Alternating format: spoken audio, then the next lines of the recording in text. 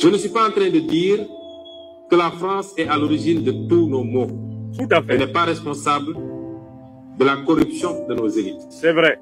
L'argent du peuple qui est volé tous les jours, Ouais. détourné dans des comptes offshore, détourné pour construire des immeubles à gauche, à droite, détourné pour corrompre de l'électorat.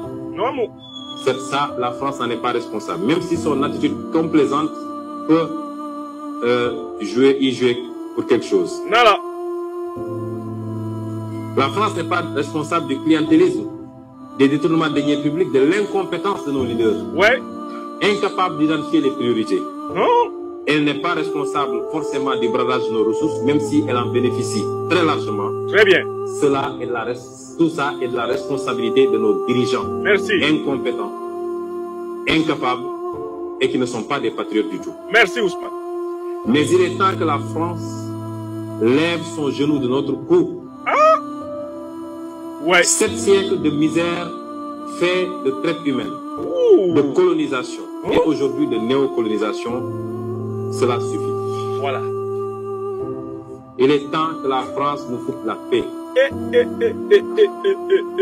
Il est temps que la France prenne exemple sur ses voisins européens. Ouais. L'Allemagne est la première puissance économique d'Europe, loin devant la France.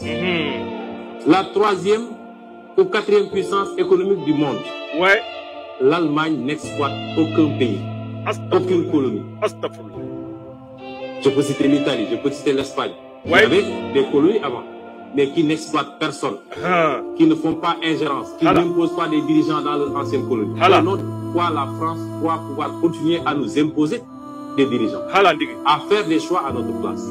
Cela doit cesser et l'Afrique nouvelle, la jeunesse africaine, les élites africaines, la diaspora africaine dit non, ça ne peut pas continuer. Très bien. L'hypocrisie de cette France se vit et s'exprime tous les jours.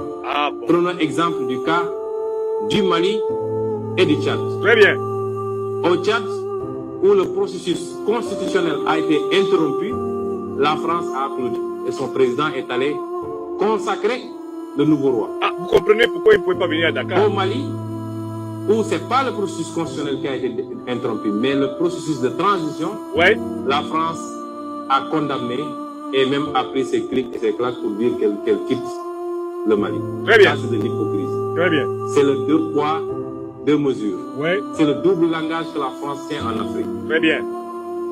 Quand on a interrogé M. Jean-Yves Le Drian sur la situation en Côte d'Ivoire, pourquoi la France a laissé faire un 3e mandat. Très bien. Il a dit simplement pourquoi il l'a accepté pour Ouattara et pourquoi elle le refuse pour la Biélorussie.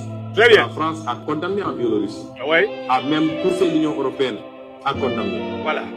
Monsieur Le Drian répond en disant que c'est parce qu'en Biélorussie, il y a eu des millions de personnes qui sont sorties dans les rues et que ce n'était pas le cas en Côte d'Ivoire. Voilà comment la France traite les questions africaines. Vous voyez? Personnellement, nous n'attendons absolument rien de la France.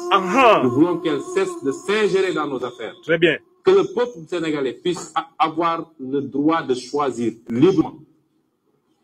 Et non pas parce que la France a choisi un candidat. Très bien. Avec les méthodes qu'on connaît. On commence par cibler des gens. On les décore dans des légions d'honneur ou dans je ne sais quel autre grade, chevalier de je ne sais quoi. On les inscrit dans des loges maçonniques. On leur dit préparez-vous, ce sera vous après. Même l'hypothèse où Macky Sall ne pourrait pas passer, nous savons qui est en train d'être préparé par la France. Cela doit cesser, ça ne se passera plus comme ça. Que l'on soit bien clair, nous n'avons rien contre le peuple français. Très bien. Et en France même, des voix politiques et citoyennes se lèvent pour tenir le même discours que celui que je suis en train de vous tenir. Tout à fait, tout à fait. Les députés, par exemple, Madame Frédérique Dumas. Oui, que je connais. Qui intervient régulièrement sur la tribune de l'Assemblée. Qui écrit régulièrement au ministre des Affaires étrangères, puisqu'elle est membre de la Commission des Affaires étrangères, pour soulever ce comportement injuste de la France vis-à-vis de l'Afrique. Vous comprenez pourquoi il n'est pas venu? C'est clair ou pas? Monsieur Jean-Luc Mélenchon, Jean-Paul Lecoq, André Chassaigne, tous députés, tiennent le même discours que nous. Très bien. Des centaines et des centaines d'autres voix. L'ONG Survie comme d'autres ONG, font un travail extraordinaire dans le même sens. Nous disons à la France d'écouter ces voix qui lui parlent de notre schéma, d'une autre collaboration entre l'Afrique et la France. Très bien.